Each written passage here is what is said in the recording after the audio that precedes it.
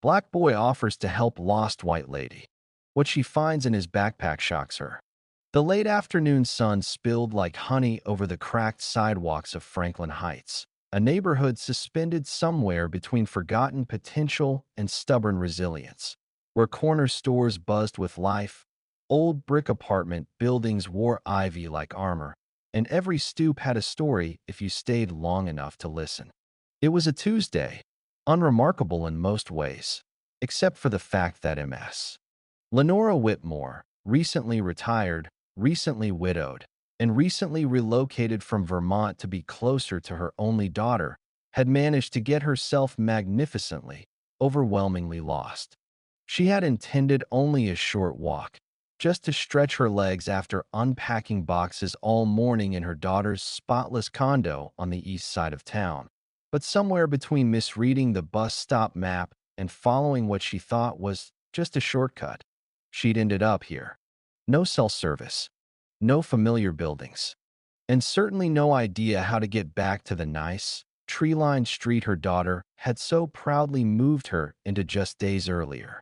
She stood awkwardly on the corner of Chestnut and Roy, clutching her tote bag as the sounds of the neighborhood, laughter, a basketball bouncing on concrete, music humming from a nearby window, pressed in around her. She was in her mid-60s, elegant in a quiet way, with neatly ironed beige slacks and a cardigan too warm for the sun, and she kept glancing nervously at the sidewalk like the cracks might trip her. That's when she heard the voice. "Ma'am." She turned quickly. Standing about 10 feet away was a boy, 12, maybe 13, tall for his age, with a frame that was all arms and knees and energy. He wore a dark green hoodie with the sleeves pushed up, slightly scuffed jeans, and a backpack that seemed too heavy for his narrow shoulders. His sneakers were untied. His hair was cut low and clean, and his eyes, sharp, intelligent, and alert, were fixed on her with a kind of careful curiosity. "You okay?" he asked again, his voice gentle, his tone more cautious than invasive. Lenora's first instinct, learned from years of suburban comfort and a lifetime of polite caution, was to hesitate, to take a half step back, to say, "I'm fine, thank you," even though she clearly wasn't. But something in the boy's posture stopped her. Maybe the way he didn't move closer, didn't try to assert himself. He just stood there, a respectful distance away, hands open at his sides like he was waiting to be allowed into her space. "I think I'm a bit turned around," she admitted, smoothing her cardigan and trying to summon a smile. The boy nodded. "Yeah, this part of the neighborhood's tricky. Street names loop weird. Where you headed?" Preston Avenue. My daughter just moved there. I was walking and must have gotten a bit carried away." He grinned, a quick flash of teeth. "Yeah, Preston's all the way over near the museum. You're, like, a good 40 blocks off." "Oh dear. You want me to walk you back?" he offered. "I know the way. I live near there." "Sorta." Lenora hesitated again, the voices of 100 cautionary tales echoing in the back of her mind. But then she looked at him again. The earnestness, the open body language, the clear effort he was making to appear non-threatening. And maybe, deep down, she was simply too tired to wander alone any longer. "That would be very kind of you," she said. "Thank you." "Malik," he said, holding out a hand. "I'm Malik." "Lenora," she replied, shaking it. He nodded. "Cool. Let's go this way. It's quicker." They walked side by side, not too close, not too fast, down sidewalks shaded by old oaks and lined with porches where elders sat watching the world like sentinels. Malik pointed out murals on brick walls, the corner where Mr. Jerry sells the best snow cones, and the lot where he and his cousins sometimes fixed up old bikes they'd found at garage sales. "You know," he said after a while, "you don't really look like you're from around here." Lenora chuckled. "That obvious?" "It's the shoes," he said, nodding at her beige loafers. "No one around here wears those unless they're on their way to church or court." She laughed harder than she meant to, a real laugh, sharp and sudden, as if something had cracked open. I like you, Malik. He shrugged with a smile. Most people do. I'm charming like that. They reached a small park, just a stretch of grass, really, with a swing set and a busted bench. And Malik paused to retie his sneakers, setting his backpack carefully on the bench beside him. Lenora, grateful for the break, sat down too. She was about to ask how far they had left when something caught her eye. The backpack was half open, and inside, peeking out between a geometry notebook and what looked like a half-eaten granola bar, she spotted something strange. A small, rectangular black case, shiny and hard, with a thin silver latch. It wasn't large, barely the size of a book, but it looked official, professional, out of place. Before she could stop herself, she leaned slightly, just enough to get a better view, and Malik, catching the motion, followed her gaze. "Oh," he said, and pulled the bag closer. "That's just, nothing." His voice changed slightly, not panicked, but guarded. "I didn't mean to pry," Lenora said quickly. "I was just curious." Malik looked down at the bag, then back at her, and for a moment, she thought he might change the subject, laugh it off, or zip it closed and move on. But instead, he opened it, unzipped the black case slowly. Inside, nestled in thick foam cut precisely to shape, was a set of delicate, high-end surgical tools, tweezers, clamps, curved scissors, precision blades, and even a small portable magnifying lens with a light. Everything was spotless, gleaming, organized like something from a lab. Lenora blinked. "Are those real?" "Yeah," Malik said, his voice soft now. "I use them for my animals." She stared at him, bewildered. "You're what?" He zipped the case shut again and stood. "Come on," he said. "You want to see something wild?" Lenora hesitated again, but something in his tone, something in the quiet pride behind his words, pulled her forward. And so, she followed him. What she would find next would change everything she thought she knew, not just about this boy, but about the assumptions she hadn't realized she still carried. They crossed the street in silence, moving toward a narrow alley tucked between two aging buildings. One was a convenience store with a faded red awning, the other an old barber shop with hand-painted signs that had begun peeling at the corners. The kind of alley most people would avoid, especially someone like Lenora, who had always lived in places where alleys meant dumpsters and stray cats, not destinations. "Are you sure this is safe?" she asked, watching him hop lightly over a crack in the pavement as if he had made this walk 1,000 times before. "I've been coming here since I was 8, Malik said, casting a look over his shoulder with a faint grin. "It's safer than it looks. Promise." She adjusted her toad on her shoulder and followed, gripping it just a little tighter. The alley opened up into what seemed at first to be nothing more than a weedy lot, surrounded on 3 sides by chain-link fencing and shaded by the backs of the buildings. But then Lenora noticed the rows, small wooden enclosures, neatly arranged crates, even a makeshift structure built from repurposed wood and old shelving units. And the sounds, faint squeaks, soft rustling, the flutter of feathers. "This is where I keep them," Malik said, stepping forward and crouching beside a narrow enclosure half covered by mesh wire. "This one's marbles." He reached in and gently lifted a tiny animal, a white dove, one wing slightly drooped, and held it against his chest, careful not to startle it. Lenora stepped closer, stunned. You keep birds?" "Not just birds," he said. "Mostly injured ones. Squirrels, raccoons. Even had a baby fox once, but I had to let him go after a week. Too wild. He didn't like the city." She blinked, struggling to align the scene before her with the boy she had met just 15 minutes ago. "But why?" Malik shrugged, gently stroking the dove's head. "I like helping them.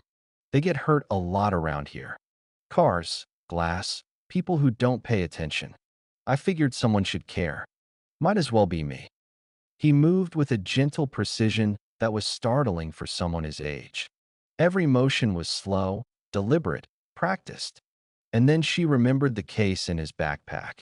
The surgical tools, each one fitted in foam, pristine. You use those for treating animals? He nodded. I watched a ton of videos. Started practicing on stuffed animals when I was little. Then I got real careful.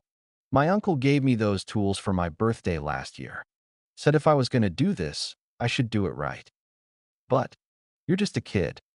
I'm a kid who doesn't like watching things die when I can help it. The words hit her like a quiet slap. She sat down on an overturned bucket near the fence, suddenly unsure of what to say. He set the bird down gently in a small crate lined with soft cloth, then stood and wiped his hands on his hoodie. I know I look like some random kid with a heavy bag and an attitude, he said. People look at me and think I'm trouble or that I'm up to something, even when I'm just walking home from school. Lenora felt a twinge of guilt she hadn't expected. Not because she had judged him, not exactly, but because somewhere deep in the folds of her subconscious, she might have assumed the same. Might have crossed the street if she hadn't been the one who needed help. I didn't know kids did things like this, she admitted. Most don't, Malik said. But some do. You just don't hear about us. He opened another crate. This one held a squirrel with a small splint on one leg. It chirped and blinked at Lenora, unafraid. I made that from chopsticks, Malik said proudly, gesturing at the splint. And some vet rap I got online. She blinked. Where do you even learn how to do this? Internet, mostly. And this old vet, Dr. Keeley, who used to live down the block before her clinic closed. She let me hang out and watch when I was little. Gave me books and stuff. He sat down on the concrete beside her, legs stretched out, arms resting on his knees. I want to be a wildlife vet one day. Maybe open a rescue. Somewhere with space. Not in the city. Lenora looked around again, at the careful arrangement of habitats, the notes taped to each crate, the buckets labeled with feeding schedules, the tarp overhead that kept rain out. This wasn't some childish hobby. It was a calling. You're doing more for these creatures than most adults would, she said softly. I'm sorry if I assumed anything when I first saw you. Malik shrugged again, but this time the gesture was less dismissive and more tired, like he'd heard it all before. It's cool, he said. People do that. I get it. She looked at him carefully. Do you? He didn't answer right away. Then, sometimes I think if I were a little smaller, a little paler, people would think this was cute. You know? But I gotta work twice as hard just to get people to believe I'm not dangerous. The words landed like stones in her chest. I believe you, Malik, she said. I do. And I think you're remarkable. He stood and stretched, brushing off his jeans. Come on. Preston Ave's still about 20 minutes from here. She stood too, glancing around once more at the hidden sanctuary this boy had built behind the world's blind spot. You ever let anyone else help you? She asked as they stepped out of the alley. Not really. Most people think it's weird. I don't, she said. He looked at her, eyes squinting against the lowering sun. You're not like most people. And this time, she didn't feel the need to apologize for that.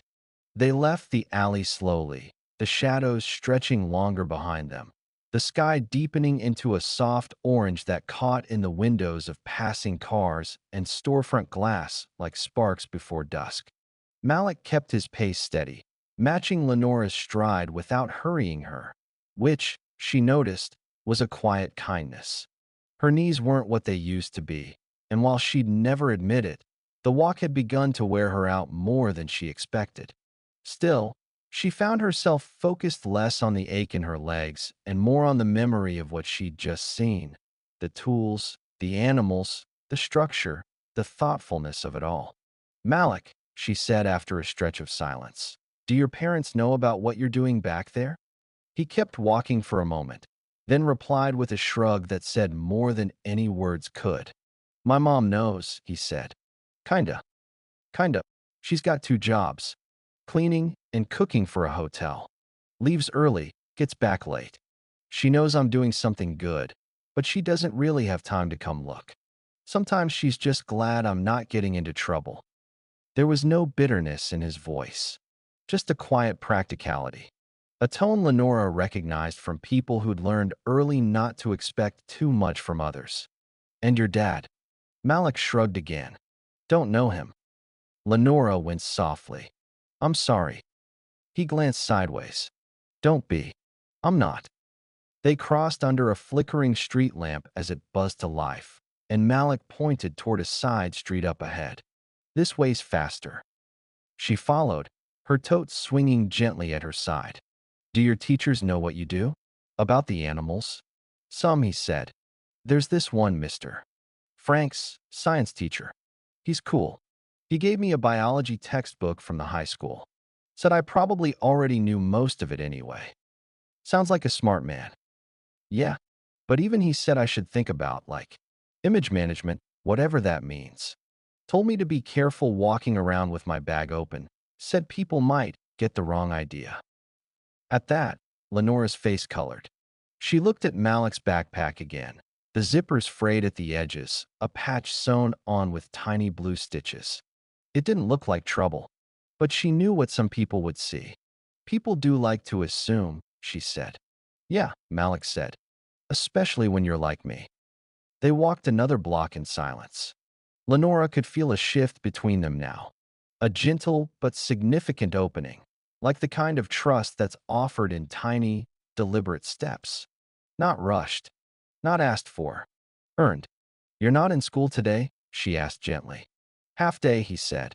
"Staff development or something. I went in for the morning." "And you just decided to walk a lost woman all the way back across the city in your free time?" He grinned. "Well, you looked like you didn't belong. Kinda like a goose in a suit." She laughed, full and genuine, as they passed an auto shop. The smell of oil and warm metal wafted from the open bay doors. "But no, really," he said, more softly now. "I like helping people, not just animals. I guess I like when people change their minds about things." "About me?" Lenora glanced at him, something tightening in her chest. "You think I needed to change my mind?" Malik didn't answer for a moment. Then, "Not sure, but you seemed surprised when I offered to help." She paused, processing that. He wasn't wrong. "I think I was surprised anyone would stop," she said honestly. "We live in a world where most people keep their heads down and pretend not to see each other." He nodded slowly. "Yeah, but that's not the world I want to live in." They turned another corner, this time into a quieter neighborhood, with manicured hedges and houses lined in clean brick. The shift was immediate. Cars were newer, sidewalks smoother, windows cleaner, and Lenora could feel the eyes behind them, subtle but present. Malik pulled his hoodie down a little, instinctively. Two men were talking across a driveway, and one of them stopped mid-sentence as they passed. Not with hostility, not exactly, but with that tight, assessing look that said, "Why are you here? And who gave you permission?" Lenora noticed. So did Malik. They said nothing, just walked. When they were 2 blocks past, Lenora stopped at a bench near a small community garden. "I need to sit for a minute," she said, sinking slowly onto the wooden slats. Malik sat beside her, quiet. After a beat, she said, "I used to think I was one of the good ones." Malik turned to her, confused. "What do you mean?" She sighed. "I taught for 32 years. Literature. Mostly high school. I had black students, Hispanic students, poor students. I thought I understood. I thought I listened. But lately, I've realized there's a difference between meaning well and actually seeing someone. I'm sorry it took me this long to learn the difference." Malik didn't speak right away. Then he said, "Most people never learn it. So that's something." She looked at him, eyes slightly damp. "You deserve better." He nodded. "We all do." The sky was dimming now. The first streetlights flickered on like stars warming up.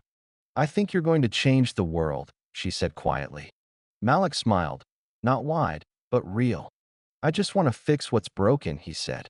"Animals, people, whatever I can reach." And in that moment, with the hum of the city around them and the quiet honesty between them, Lenora believed him. By the time they reached the outer edge of Preston Avenue, the last rays of sunlight had faded behind the skyline, leaving only the orange-pink afterglow that bathed the neighborhood in a soft, nostalgic kind of light. The kind that made things seem gentler than they were, quieter than they'd felt all day. A few porch lights blinked on. Somewhere down the block, a wind chime stirred faintly in the breeze. "That's it," Lenora said, pointing toward a brick duplex with ivy trailing down the sides and a pale blue mailbox shaped like a birdhouse. "That's my daughter's place. Right there." Malik looked at it with a faint smile. "Nice. Clean porch. Good light. Probably smells like candles and books inside." Lenora chuckled. "You're not wrong." She hesitated a moment, then reached into her tote and pulled out a small leather coin purse. She opened it slowly, fingers brushing against the neat rows of folded bills inside. But before she could speak, Malik raised his hand. "No need," he said, stepping back slightly. "I didn't do this for money." "I know," she said, voice soft. "But I'd like to offer something anyway. For your time. For everything." Malik shook his head, a little firmer now. "If I take money, it feels like I was only kind for a price. That's not who I want to be." Lenora blinked, caught by the conviction in his voice, the kind that most adults still fumbled toward in their 40s. She nodded and tucked the purse away. "Would you at least come in for a glass of water?" she offered. "Or some cookies? My daughter bakes. And if she knew someone walked me all the way home safely, she'd want to thank you properly." Malik considered this for a moment, but the sky was darker now and the streets less forgiving, especially for boys who looked like him. He gave her a rueful smile. "Rain check," he said. "I gotta feed the dove before it gets cold." Lenora nodded. "Of course." There was a pause, the kind that stretches just long enough to feel meaningful. Then she reached into her bag again, this time pulling out a small notepad and a pen. "I don't want this to be the last time we talk," she said. "Would you give me a number? Or an email? Maybe we could meet sometime. I could help with your animals. Or just bring you proper bandages." He hesitated, but then, perhaps sensing the sincerity, he reached into his backpack, took out a folded flyer for a local science club, and scribbled something on the back. "Malik, T.M. 2009 at gmail.com." He handed it to her. "You don't have to write," he said quickly. "Just if you want to." "I will," she promised. Then, with a quiet nod, Malik turned and started walking back the way they'd come, hands in his hoodie pocket, backpack swaying slightly with each step. Lenora watched him until he disappeared around the corner. That night, after her daughter had returned home and fussed over her mother's misadventure, "You could have been mugged. I was fine." "Mom, seriously." Lenora lay in bed with the flyer on her lap. She kept thinking about the surgical kit, the splinted squirrel, the way Malik had said, "I just want to fix what's broken." And something in her stirred. The next morning, she opened her laptop and began typing. "To Malik, T.M. 2009 at gmail.com. Subject, an idea. Dear Malik, I hope this finds you well. I've been thinking about our walk, about your animals, and about everything you said. I was wondering, what if we did something bigger? There's an old community center 2 blocks from here that's been closed since COVID. I walked by it yesterday and saw a for lease sign in the window. It's small, but maybe just big enough for you. For your rescue project. For something real. I've spoken to some former colleagues, retired teachers, a few librarians, even a local nurse. They'd be willing to help. I know this might sound like too much, or like a dream, but I want you to know, some dreams are worth chasing. If you're interested, meet me at the center this Saturday at 10 a.m. With admiration, Lenora Whitmore. 2 days passed with no reply. Then, early Saturday morning, as the sun cut golden through the mist on Preston Avenue, Lenora stood in front of the old stone building with her coat wrapped tight, and her heart beating fast. She thought maybe he wouldn't come, that perhaps she'd overstepped, that maybe, just maybe, this was a world too grown up for a boy to still believe in hope. But then she saw him, walking toward her slowly, hoodie pulled up, backpack over one shoulder. Malik. He stopped beside her, looked up at the weathered sign over the door, and then at her. You really meant it? I did, she said. He grinned, something brighter than she'd seen before. Okay then. He pulled a key from his pocket, one Lenora had borrowed from the leasing agent, and slid it into the lock. The door creaked open, and just like that, something new began. The building smelled faintly of dust and age, the kind of stillness that settles when walls haven't heard laughter or purpose in years. Sunlight filtered through high, grimy windows, casting long streaks across the scuffed wooden floors. Old folding chairs were stacked in the corner. A forgotten bulletin board still held a faded flyer for a food drive from 2021. Malik took slow, deliberate steps as he moved through the room, his eyes scanning each corner, absorbing the possibilities. Lenora watched him from the doorway, unsure whether to speak or let him process. This could work, he said finally, his voice reverent. It needs cleaning and shelves, and cages, and lighting, and paint, but it could work, she finished for him. He nodded, and in that nod was something quiet but vast, belief. Not just in the building, in himself. The next few weeks passed in a whirlwind. Lenora's email had sparked something bigger than either of them imagined. Word spread quickly. The community center's revival drew retired teachers, off-duty nurses, artists, old friends of Lenora's, even a local carpenter who offered to build custom enclosures. Malik became the center's pulse, showing up every day after school with a backpack full of tools, sketches, feeding charts, and sometimes a rescued pigeon under his arm. He named the space the Fix-It Nest, a place for the broken, the overlooked, the fragile, whether furred, feathered, or human. But not everyone saw it that way. On the third Saturday, as volunteers painted the exterior with bright murals of city animals, a man in a navy blue vest and khakis walked up, scowling. I've had 2 neighbors complain, he said sharply, arms crossed. There's a child handling animals here, without a license. Lenora stepped forward, calm but firm. We're not open to the public yet. He's being supervised. We're in contact with a local vet. Everything's by the book. I don't care what book you're using, the man snapped. This is a residential zone, not a petting zoo. Behind him, a woman whispered something under her breath as she passed. Lenora didn't hear the words, but she saw the glance she shot Malik, the same glance she herself had once given before she learned better. Malik stood silently, watching, his jaw tight. He didn't flinch, didn't argue. Later that day, as they swept sawdust from the floor, Lenora said, You okay? He nodded slowly. I've heard worse. At least they're saying it to my face. And then, I think they think I don't deserve this space. You do, she said. He looked at her, voice lower. But they don't want me to believe that. That Monday, a local reporter came to write a piece. Lenora had reached out quietly, hoping to shine a light on what they were building. Not just the animals, but the dignity being restored.